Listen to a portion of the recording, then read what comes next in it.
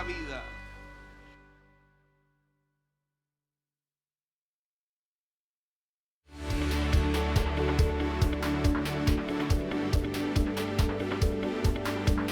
Árido de nuestra vida.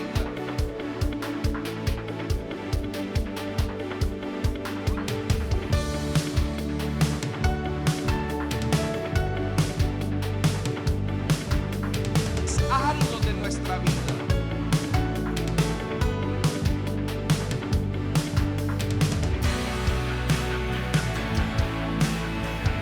Día que te presentaste a ti mismo ante el Padre como sacrificio vivo. Gracias por limpiar nuestros pecados, por quitar nuestra maldad, Señor. Te alabamos y te bendecimos por esa preciosa sangre derramada y por la cual tenemos la garantía de nuestra salvación. Señor amado, esta noche queremos poner en tus manos las peticiones de oración que tus hijos envían y rogando, Señor, tu mediación. Queremos pedirte que tú respondas a tu pueblo conforme a tus misericordias. Te pedimos, Señor, que tú puedas obrar de manera que las personas que no conocen de ti, al ver, Señor, cómo eres tú, grande en misericordia y compasivo, puedan, Señor amado, venir a la fe. También te pedimos, buen Señor, que nos entregues tu palabra. Mira cuánta necesidad hay en medio de tu pueblo, una necesidad espiritual que solo tú puedes llenar. Bendito Dios, alimenta a tu grey como buen pastor que eres. Que tu Espíritu Santo pueda traer a nosotros consuelo, fortaleza, paz y salvación para aquellos que se han alejado de ti o que andan en tinieblas, Señor, que no te conocen. No solamente los que están en este lugar, sino los que a través de la radio, a través del internet, van a escuchar este mensaje. Señor amado, nos ponemos en tus manos, en Cristo Jesús. Amén y amén. Bendito sea el nombre del Señor, hermanos. Vamos a ponernos en pie, vamos a orar, a leer la Biblia. Vamos a leer la palabra del Señor. Vamos a abrir la escritura en el Evangelio de Juan, capítulo número 4.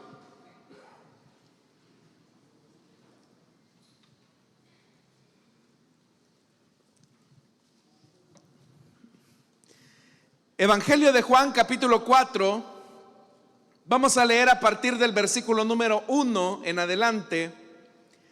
Dice así la palabra del Señor. Jesús se enteró de que los fariseos sabían que él estaba haciendo y bautizando más discípulos que Juan, aunque en realidad no era Jesús quien bautizaba, sino sus discípulos. Por eso se fue de Judea y volvió otra vez a Galilea. Como tenía que pasar por Samaria, llegó a un pueblo samaritano llamado Sicar, cerca del terreno que Jacob le había dado a su hijo José. Amén. Hasta ahí dejamos la lectura, hermanos. Tengan la bondad de tomar sus asientos, por favor, esta noche. Hermanos, al comenzar este estudio del Evangelio de Juan, nosotros mencionamos que en realidad los evangelios son la expresión de fe de las comunidades cristianas del primer siglo. En el caso particular del Evangelio de Juan, este evangelio, la mayor parte de especialistas concuerdan que se redactó en sus diferentes fases entre samaritanos en la región de Samaria. Podríamos entonces decir que el Evangelio de Juan o la comunidad joánica tuvo su origen, hermanos y hermanas, en la región de Samaria. Y la razón de esto, hermanos, lo vamos a ir descubriendo en la medida en que vayamos estudiando este capítulo número 4 del Evangelio de Juan. En este capítulo 4, una gran extensión de este capítulo, usted sabe, se nos describe el encuentro que Jesús tuvo con la mujer samaritana, y que por el hecho de ser samaritana, ella era una mujer despreciada por la religión judía. Sin embargo, a pesar de que era una mujer despreciada y a pesar de que pertenecía a un pueblo despreciado por los mismos judíos, son los que finalmente terminan aceptando o abrazando el mensaje de Jesús. Y eso claramente se ve redactado, hermanos y hermanas, en este Evangelio de Juan.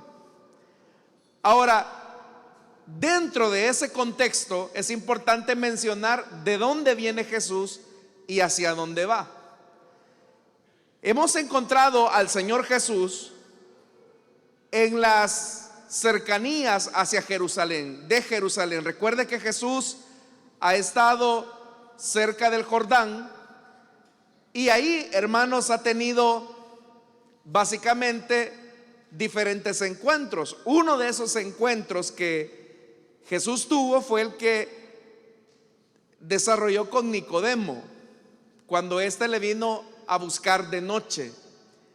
Sin embargo, hermanos, el mismo Señor Jesús habló acerca de que habían personas que rechazaban su mensaje.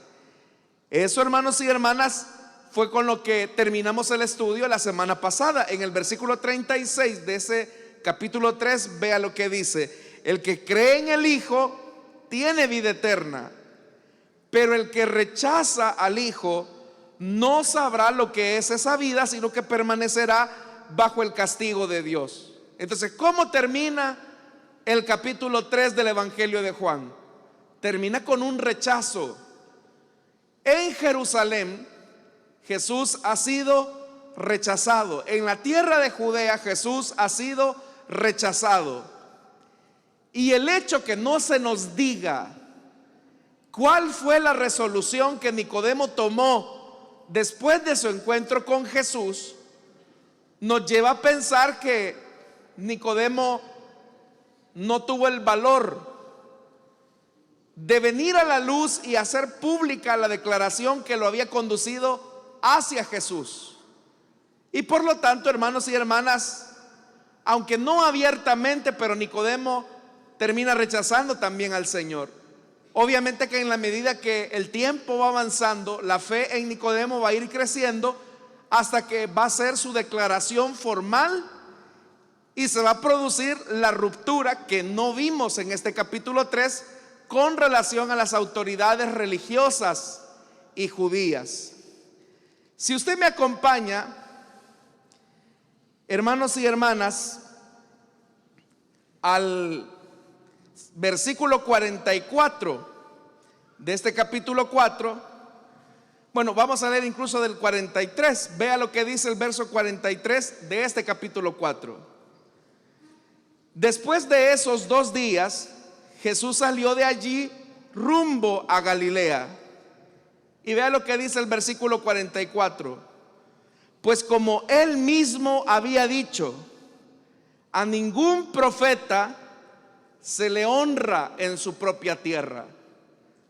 Si usted ha leído este versículo en los evangelios sinópticos, usted sabe que esa declaración que Jesús hace, ningún profeta es honrado en su propia tierra, se está refiriendo específicamente al territorio de Nazaret, no de Judea. Pero ¿de dónde está saliendo Jesús en el evangelio de Juan? De Judea hacia Galilea. ¿Por qué razón entonces el evangelio de Juan coloca este dicho de Jesús en referencia a Judea y no a Nazaret, como lo hacen los sinópticos? La razón es esta.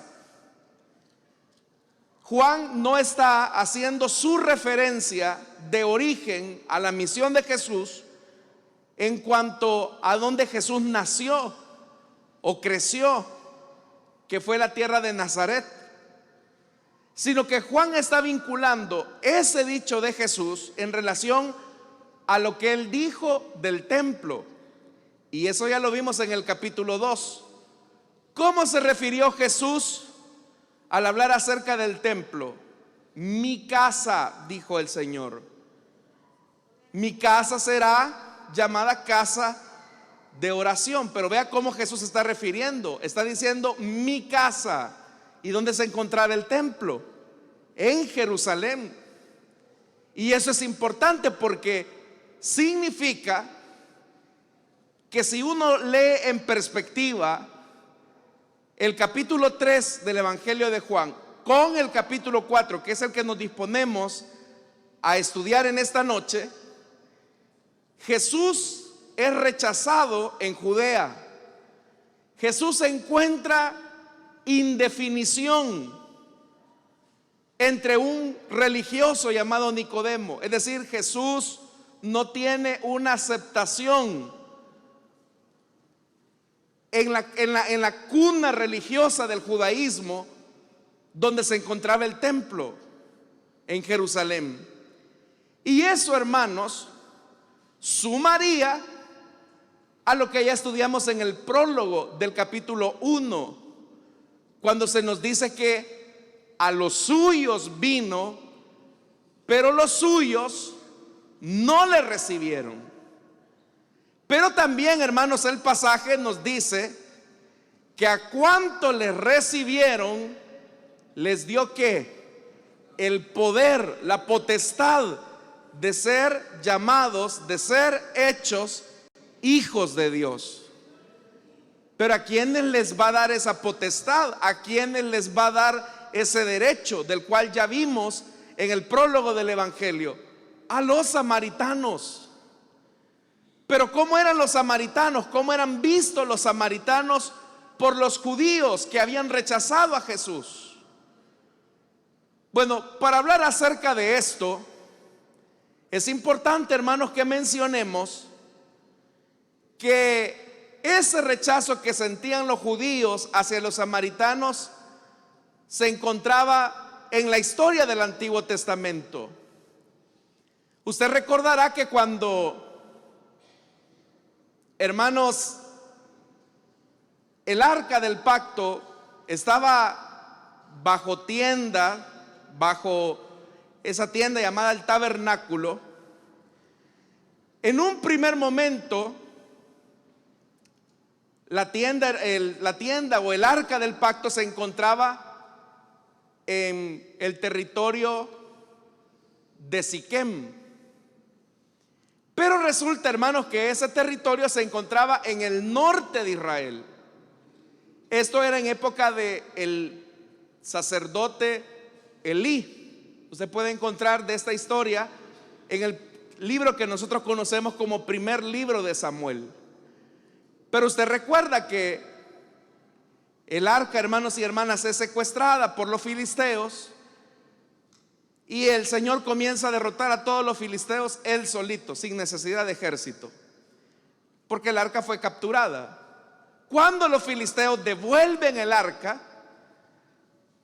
de Siquem se traslada a Silo. Pero Silo, hermanos y hermanas, estaba más o menos a 38 kilómetros de distancia de lo que llegaría a ser Jerusalén, lo que significa que el arca se trasladó al territorio de Judá. Y eso, hermanos, ya generó una molestia con las tribus del norte, porque el arca había estado en el territorio de Siquem cuando Elí, el sacerdote, fungía como sacerdote, como sumo sacerdote. Pero cuando los filisteos devuelven el arca, y ya en época de David, hermanos, David quiere traer nuevamente el arca hacia Jerusalén, el problema se vuelve todavía más agudo, porque las tribus del norte se habían adueñado del arca prácticamente. Y ahora que el arca se dirige hacia el territorio de Judá, las tribus del norte comienzan a sentir celo. Entre esas tribus del norte se encontraban, hermanos, los que posteriormente se conocerían como los samaritanos. Voy a dar otro salto en el tiempo. Cuando el reino de Israel se divide en dos, usted sabe que el reino del sur se conoce con el nombre de el reino de Judá, cuya capital era Jerusalén. Y en Jerusalén se encontraba el templo. Las 10 tribus del norte constituyen lo que se conoce o lo que se conoció como el reino de Israel, cuya capital era Samaria. Los asirios, cuando invaden el territorio del norte, se llevan a varios israelitas cautivos. Pero, hermanos y hermanas, el rey asirio decide enviar gentiles al territorio de Israel para que se comiencen a mezclar israelitas y extranjeros.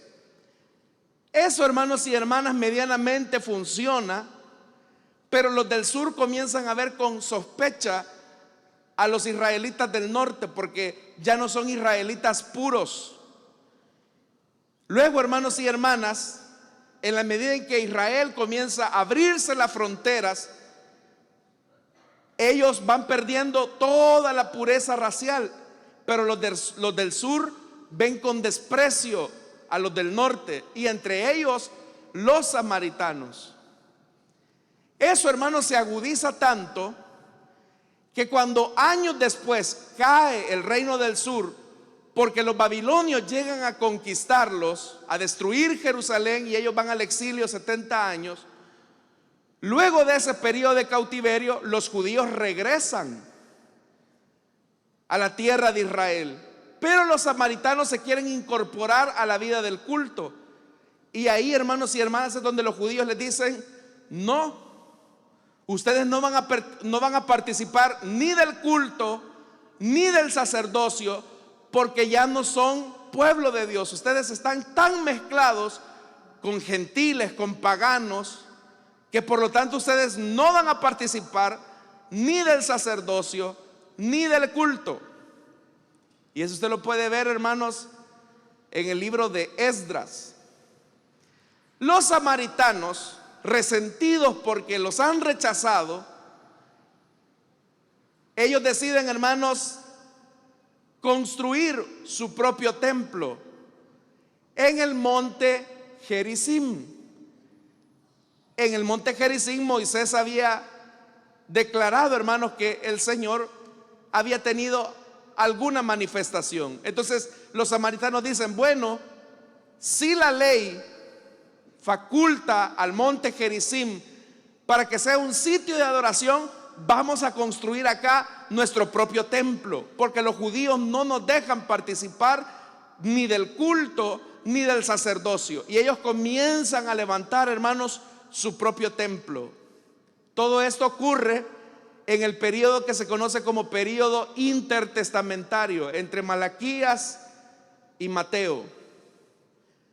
Pero, hermanos y hermanas, era tanto el celo que tenían los judíos en ese periodo, que en época de los macabeos se organiza una campaña militar para ir a destruirles el templo a los samaritanos.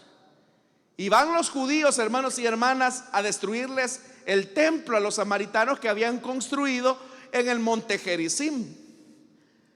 Y eso, hermanos, todavía generó más odio y resentimiento de los samaritanos hacia los judíos, que los samaritanos también querían tomarse la venganza. Bueno, si estos nos han venido a destruir nuestro templo, nosotros les vamos a destruir a ellos el templo en Jerusalén.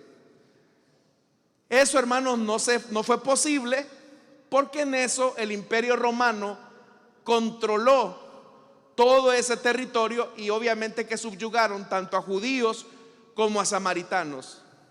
Entonces los samaritanos se conformaron simplemente en adorar a Dios en el monte Gerizim. Como le he dicho, hermanos, le he dado saltos y saltos en la historia, pero usted puede leer de esto en todo el Antiguo Testamento, y si le interesa, puede leer un poco también en el primer libro de Macabeos, que es un libro que se conoce como libro del segundo canon, o popularmente entre nosotros como libro apócrifo, pero que cuenta esta historia.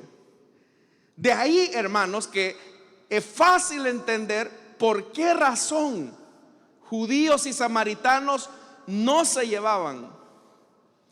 Pero los judíos iban más allá, porque los samaritanos los veían como gente inmunda, al punto que, por ejemplo, un judío, para trasladarse a Galilea de Jerusalén, le salía mejor, o sea, le salía más corto en distancia y en tiempo, atravesando la región de Samaria. Pero ¿sabe qué hacían los judíos? Los judíos se iban por el camino largo, o en ocasiones tomaban también el camino del Jordán para esquivar Samaria, porque ellos pensaban que si entraban al territorio samaritano se iban a contaminar. Ya no se diga si, por ejemplo, un judío tomaba agua en un vaso que había usado un samaritano. Eso lo veían ellos como algo inmundo. Despreciaban bastante a los samaritanos. Por eso es que usted va a entender algo más adelante, cuando la mujer le dice a Jesús: tú, siendo judío, me pides a mí que te dé de beber. La mujer lo que le está recriminando es que acaso no dicen ustedes que si beben en un recipiente que ha sido utilizado por los samaritanos van a quedar en una condición de inmundicia. Pero eso lo vamos a ver más adelante. Lo que le quiero explicar es que ese trato que tenían los judíos hacia los samaritanos y los samaritanos hacia los judíos había provocado, hermanos, tal ruptura, tal desprecio, tal contienda, que era inadmisible que un maestro tan reconocido como Jesús terminara cruzando el territorio de Samaria. Entonces, eso, hermanos y hermanas, es para que tengamos en perspectiva lo que vamos a leer a continuación. Y vea lo que dice el verso 1, que fue con lo que comenzamos la lectura. Jesús se enteró de que los fariseos sabían que él estaba, oiga esto, que él estaba haciendo y bautizando más discípulos que Juan. Aunque dice el verso 2, aunque en realidad no era Jesús quien bautizaba, sino sus discípulos. Significa entonces, hermanos, que el movimiento de Jesús se fue fortaleciendo, más discípulos de Juan comenzaron a adherirse a Jesús. Sin embargo, habían algunos que todavía comulgaban con Juan el Bautista. Pero los fariseos, aquí dice fariseos, se dieron cuenta que Jesús estaba creciendo en discípulos, estaba creciendo en fuerza, y estos discípulos a su vez estaban bautizando a otras personas.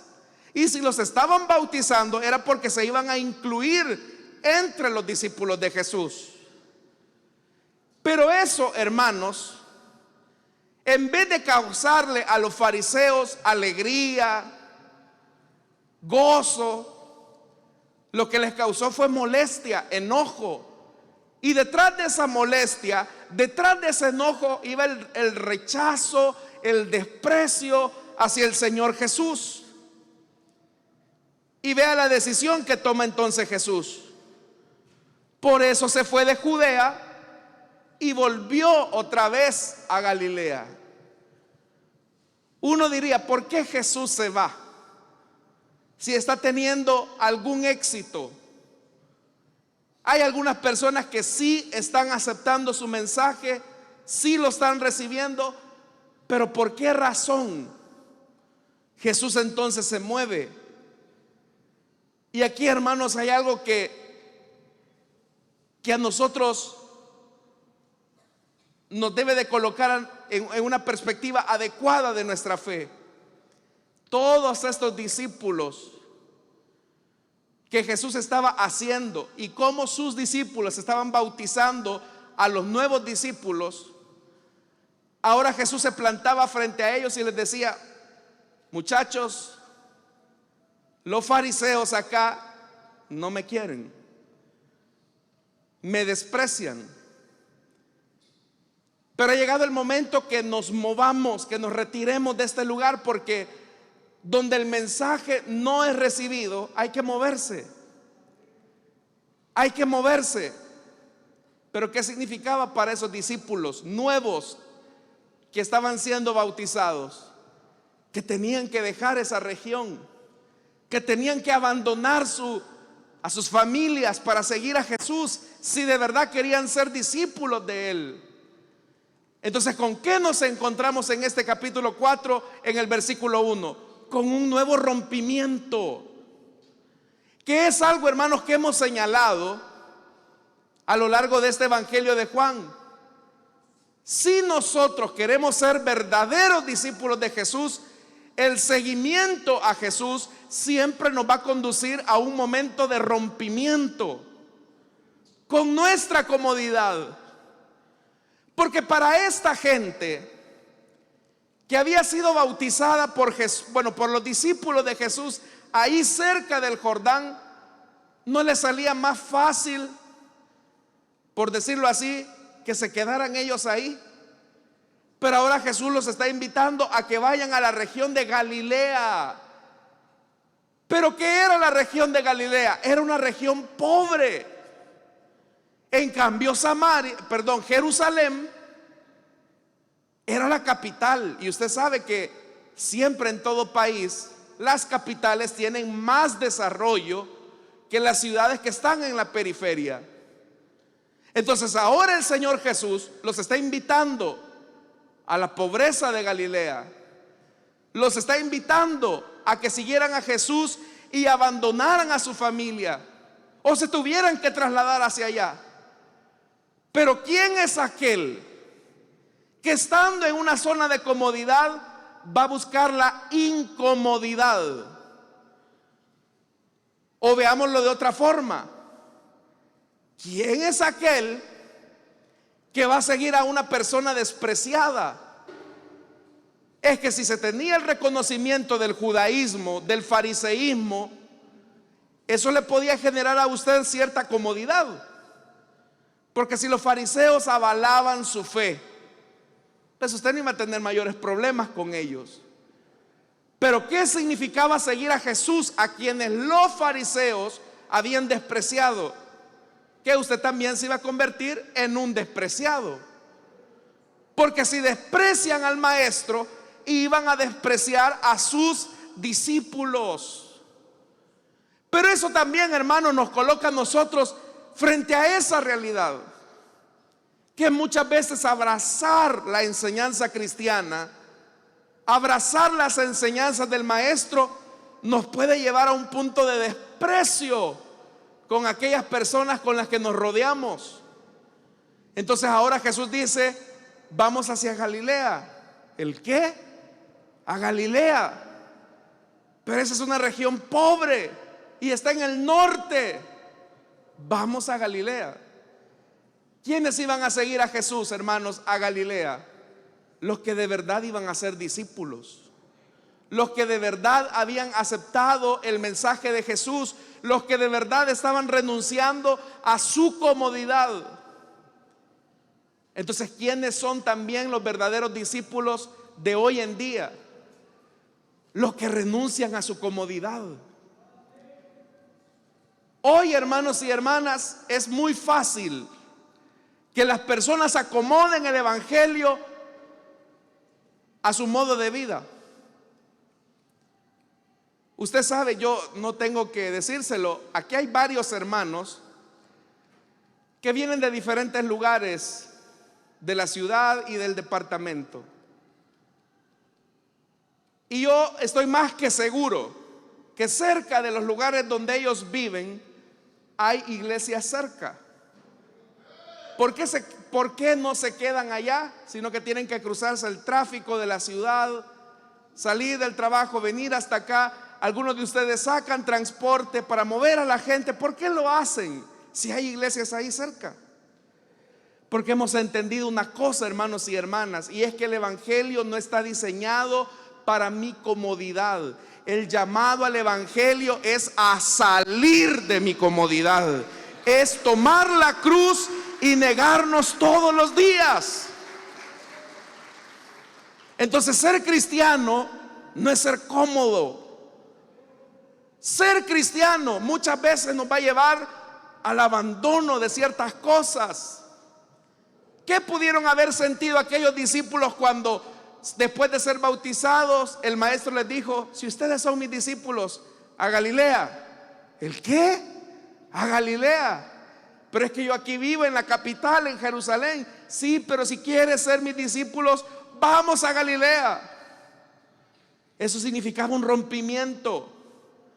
Pero también nos dice algo importante, que Jesús no va a estar con la gente cómoda. El Señor no va a estar con los cómodos. El Señor estará también con aquellos que tomen su cruz cada día. Entonces dice, verso 3: por eso se fue de Judea y volvió otra vez a Galilea. Está bien, dijeron los discípulos de Jesús, vamos a Galilea contigo, te vamos a seguir, porque aquí te han despreciado, Jesús. Y si tú ya no tendrás nada con ellos, pues te seguimos a ti. Los discípulos querían estar donde Jesús estuviera. Vamos a Galilea. Pero ellos dijeron, bueno, el maestro nos va a llevar por una ruta donde evitemos a esos mugrientos y asquerosos samaritanos. Pero vea lo que Jesús hace. En vez de buscar ese camino que evade a los samaritanos, Él decide cruzarlo. Y dice el verso 4: como tenía que pasar por Samaria. Tenía que pasar por Samaria. Cuando uno lee eso, que tenía que pasar por Samaria, la Reina Valera dice, le era necesario pasar por Samaria. Uno entiende que como que Samaria estaba en el camino. Y no, hermano. Ya le dije, la mayor parte de judíos lo que hacía era evitar Samaria, porque ellos creían que se iban a contaminar si estaban entre samaritanos. Pero lo que ahora Jesús les está diciendo es, vamos a ir a Samaria. ¿El qué? No solamente nos estás diciendo que vamos a dejar Jerusalén, sino que ahora nos estás invitando a pasar en medio de esa gente inmunda. Eso ellos no lo entendieron. Pero ¿por qué le era necesario a Jesús pasar por Samaria? La necesidad de pasar por Samaria en el itinerario de viaje era un propósito divino de salvación.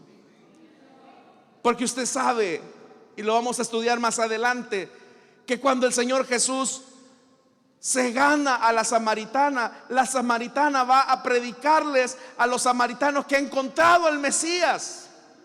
Y los samaritanos reciben al Señor. Lo que no tuvo en Jerusalén, los samaritanos se lo dan, creen en Él. Por eso es que ahí en ese versículo 4 dice, le era necesario pasar por Samaria, o como dice la NBI, tenía que pasar por Samaria. Significa que también ser discípulo de Jesús, hermanos, nos va a llevar a que crucemos nuestra propia Samaria.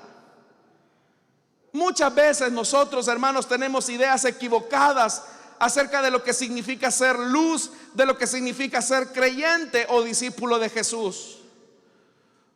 Nuestra idea es que nosotros como cristianos no tenemos que meternos con esa gente pecadora. Es que nosotros como cristianos no tenemos ni siquiera que saludar a esa gente impía.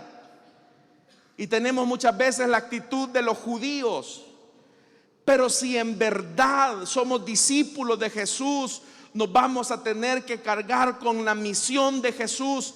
Y en ocasiones, hermanos y hermanas, cruzar nuestra Samaria va a implicar que renunciemos a nuestra comodidad, que renunciemos a nuestras perspectivas de la vida. Hay gente que cuando se le habla de la responsabilidad que todos los discípulos tenemos de evangelizar, dicen, bueno, siempre y cuando sean mis vecinos de por acá cerca, gente que venga bañadita, perfumadita, que se porte bien, que no me vaya a ensuciar los sillones. Cuando hablamos de esto de las células, a mí no se me olvida el caso de una persona, no digo que es hermana porque le haría mucho favor, pero prestó la casa, hermano, por unos meses para que se hiciera ahí la reunión de célula. El problema va siendo para ella cuando comenzaron a llegar los pandilleros a la célula, cuando comenzó a llegar, hermano, gente de mala vida, cuando comenzaron a llegar esos niños inquietos que uno no haya dónde apagarlos, ¿verdad? Porque son tan inquietos. Y como era una señora algo fina, dijo, no, hermano, yo me imaginaba la reunión con gente más limpia, más buena, así que ya no voy a prestar mi casa para que se predique la palabra, para que se haga la célula. Aparte que esos niños me ensucian mis sillones. ¿Qué cree que pasó, hermano? Que ella cerró la bendición de Dios. ¿Sabe por qué? Porque toda esa gente malacate que le llegaba a la casa eran todas aquellas ovejas perdidas por las que vino el buen pastor a buscar y a salvar lo que se había perdido. Entonces, ir a Samaria muchas veces, hermanos, nos va a llevar a puntos donde vamos a tener que ser luz ahí, con gente despreciada que nadie quiere. El problema es que nosotros estamos diciendo, no, si es que la gente no quiere saber nada de Dios. ¿Y cuándo ha querido la gente? Si usted y yo antes de venir a Cristo también no queríamos saber nada de Él, pero el Señor tuvo misericordia y se cruzó por nuestra Samaria y metió su mano bendita en el lodo cenagoso y nos limpió con su sangre preciosa, y ahora nos ha hecho sentar en lugares de príncipes. Le era necesario a Jesús pasar por Samaria, porque allí había una mujer a la que todos despreciaban. Aparte de que era samaritana, aparte de que era mujer y aparte de que llevaba una vida arruinada, Jesús tenía un compromiso con esa mujer. Y la primera lección que Él le va a dar a estos nuevos discípulos es: los voy a llevar a que salgan de su comodidad. ¿Cuántos discípulos de Jesús hay esta noche acá? No les escuché. ¿Cuántos discípulos de Jesús hay esta noche en este lugar? Significa entonces que tu agenda no está por encima de la agenda de Jesús. Y en ocasiones ser discípulo de Jesús te va a sacar de tu comodidad. Nadie puede ser discípulo de Jesús en la hamaca. Solamente se puede hacer discípulo de Jesús en nuestro camino a nuestra Samaria. Aquí esta gente, hermano, se había bautizado en agua, había creído en Jesús, pero ahí viene la primera lección: demuestren que son mis discípulos, renuncien a su comodidad y ahora síganme a Samaria. Eso, hermanos, marca la diferencia entre un cristianismo auténtico y aquellos que simplemente vienen a calentar una silla en una iglesia el día domingo. Usted sabe, Hay gente, hermanos, que quiere ajustar la enseñanza del evangelio a su comodidad. Mire, y el bus no puede pasar aquí enfrente de mi casa, y no son amigos. Mire, ¿no será que me pueden chinear y me ponen en el asiento del bus? Hay gente que es así. Usted sabe, hay gente, hermanos, que sale a ver y dice: hay una nubecita, hoy va a caer una gran lluvia. No viene. Entonces no voy a ir. Hermano, pero Jesús lo que les está enseñando a ellos es: sacúdanse la comodidad. ¿Por qué? ¿Por qué hay que quitarnos esa comodidad para seguir a Jesús? ¿Sabe por qué? Porque la comodidad no permite que el poder de Dios labre nuestro carácter. Mencióneme usted un solo hombre de Dios, una sola mujer de Dios que haya hecho algo significativo para su obra y que lo haya hecho acostado en la hamaca, con la vida fácil. Cuando el apóstol Pablo habla acerca de su ministerio, ¿qué es lo que dice Pablo? Porque habían llegado unos superapóstoles ahí a la ciudad de Corinto a hablar maravillas y astralidades. Pero el apóstol Pablo tiene que decirles que las evidencias de su ministerio son el hambre, la persecución, el naufragio, el vituperio, las pedradas, hermano, todos los latigazos. Todo eso, hermanos, eran las evidencias de su apostolado. Hoy, hermanos, los superapóstoles, los superprofetas, hoy tienen sus propios jets privados para viajar, los jets del siervo de Dios. Pero no, hermanos y hermanas, seguir a Jesús, seguir a Cristo, va a demandar de nosotros que tomemos la cruz y que renunciemos a nuestra comodidad. Si ya el diablo no le está haciendo problema a usted, si el mundo hasta le dice a usted: no, si yo evangélicas como ella quisiera que hubieran, entonces usted va en la misma dirección, hermano. Usted no le causa ningún problema al antirreino. Entonces, tranquilo, hermano. Duerma. Y por eso es que va ahí en la corriente, ¿verdad? Y son, lo que le digo, los que acomodan el mensaje del evangelio. Mire, le voy a decir algo. Me contaba una persona esta semana, me decía: fíjese que mi pariente me dice que no le gusta ir a Elim porque ahí no hay danzoras a la hora de la alabanza, y que por eso no viene acá a la iglesia, porque no hay danzoras. Según esta persona, la iglesia está para entretenerlo, para que vea muchachas ahí bailando con telas y banderas. Piensa que para eso está la iglesia, pero no. La iglesia está para seguir a su maestro y seguir al maestro hasta el Gólgota.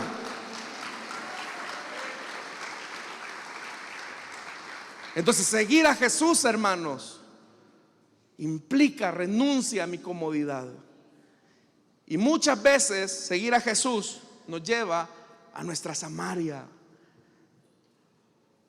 Y pasar por nuestra Samaria a veces va a implicar que no paguemos mal por mal. Pasar por nuestra Samaria será que cuando nos insulten, vamos a bendecir. Pasar por nuestra Samaria será también que no tomamos venganza. Pasar por nuestra Samaria será ver con compasión al perdido. Pasar por nuestra Samaria implicará que cada semana yo voy a hacer un esfuerzo por traer a personas para que escuchen del amor de Dios. Hermano, resolvamos algo. Es más fácil venir a la iglesia o ir a la célula solos, ¿sí o no? Y algunos así ni así vienen. Es más fácil venir a la iglesia solos, sí, es más cómodo. Pero si queremos ser discípulos de Jesús, auténticos discípulos de Jesús, a veces vamos a tener que renunciar a nuestra comodidad en aras de que más personas escuchen el mensaje del evangelio. Entonces Jesús pudo haberse quedado en Jerusalén y decir: si quieren venir a mí, que vengan y me busquen. No, Él va, porque ese es el buen pastor, aquel que va por la oveja perdida. La pregunta es, hermanos, ¿somos nosotros esa iglesia misionera que renuncia a nuestra comodidad y pasa por nuestra Samaria? Y la pregunta es sencilla: ¿hace cuánto que usted trajo a una persona, amiga o amigo, para que escuche el mensaje del evangelio? Si usted trajo a una persona, un amigo, una amiga este día, gloria a Dios por su vida. Pero si usted tiene, ya le está pidiendo hasta el supervisor que pase el bus enfrente de su casa, si es posible que lo lleven hasta en carretilla, le queda muy grande el título de discípulo. Pero nosotros, hermanos, somos llamados a seguir a Jesús, y el seguir a Jesús implicará renunciar a nuestra comodidad. Amén, hermanos. Así que este es el mensaje de Dios para nosotros esta noche. Amén. Vamos a orar, hermanos, y vamos a cerrar nuestros ojos. Y teniendo nuestros ojos cerrados, esta noche yo quiero hacer una invitación para aquellas personas que desean entregarle su vida a Jesús.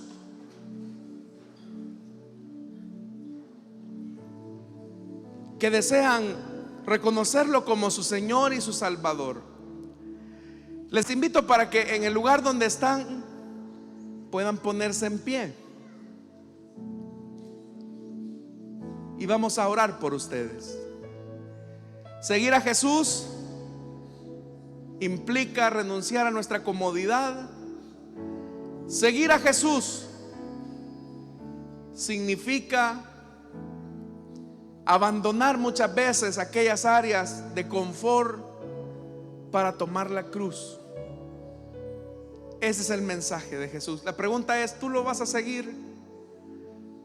¿Vas a dejar tu región cómoda para tomar la ruta de la cruz? De eso se trata, recibir a Jesús. Así que si hay alguien esta noche que desea entregarle su vida a Él, le invito para que en el lugar donde está se ponga en pie o levante su mano. Ahí habrá un hermano, una hermana que le va a ayudar a orar en este nuevo comienzo. Igualmente quiero hacer una invitación para aquellos hermanos y hermanas que en algún momento de la carrera cristiana se quedaron a medio camino. La comodidad los atrajo nuevamente y fueron relajando su fe, al punto que ahora ya no son ni siquiera la sombra de lo que una vez fueron. Pero hoy se dan cuenta que el Señor los llama para tomar la cruz. ¿Habrá alguien esta noche?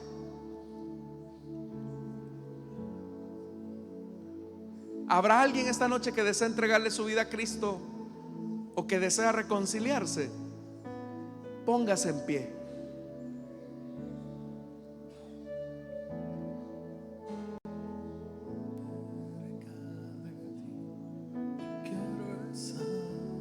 ¿Habrá alguien?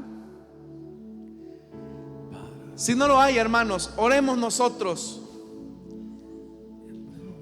para asumir la misión de Jesús. Oremos para que el Señor nos cargue nuevamente con nuestra propia Samaria. Yo sé que alrededor suyo hay gente despreciada que nadie se acercaría a ellos, pero Jesús sí se quiere acercar a través de ustedes.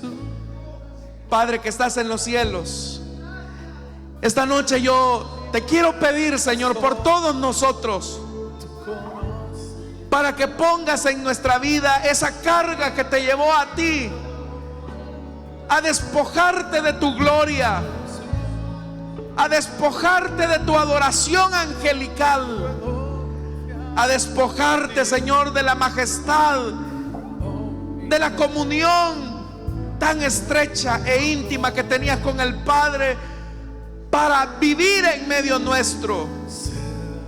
Tú, Señor, abandonaste tu gloria para adentrarte a este mundo. Y tú también ahora nos invitas a despojarnos de nuestra comodidad para seguir la ruta de la cruz, la ruta del Evangelio. Te pido, Señor, esta noche que cargues a esta congregación con la misión que tú llevaste en tus hombros, la causa de los perdidos. Que no sean solo unos cuantos los que hacen su mejor esfuerzo por traer amigos, por llevarlos a la célula, por traerlos a la iglesia, sino que sea un esfuerzo de todos, Señor. Que todos carguemos con esa responsabilidad. Que no nos sintamos tranquilos, Señor, hasta que llevemos al perdido, a la oveja que se encuentra descarriada. Ayúdanos entonces a ser esa iglesia misionera, que no solamente seamos de nombre una misión, sino que en nuestra esencia seamos misioneros, misioneros de buenas nuevas. Es nuestra petición, Señor. Te lo pedimos